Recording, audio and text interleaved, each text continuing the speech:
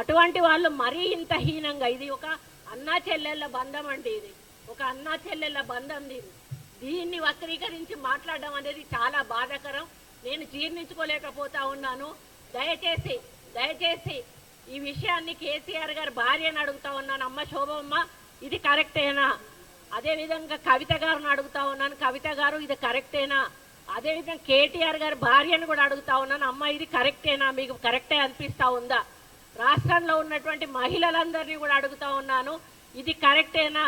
ఒక అన్న ఒక చెల్లెకు ఒక నూలు దండ వేసి చేనేత కార్మికుల సమస్యలు చెప్పిన దాన్ని ఈ విధంగా కళ్యాణ లక్ష్మి వీళ్ళకి ఎవరిచ్చారు అని ఫీడ్ చేయడం ఇది ఎంతవరకు కరెక్టు అనేది ప్రతి ఒక్క మహిళ కూడా ఆలోచించి, ఎవరైనా టీఆర్ఎస్ నాయకులు గ్రామాల్లోకి వచ్చినప్పుడు వాళ్ళని బట్టలు కూడా తీసి ఉరికించాల్సిన అవసరం ఉందని చెప్పి కూడా మరి తెలంగాణ రాష్ట్ర మహిళలకు తెలియజేస్తా ఉన్నాను.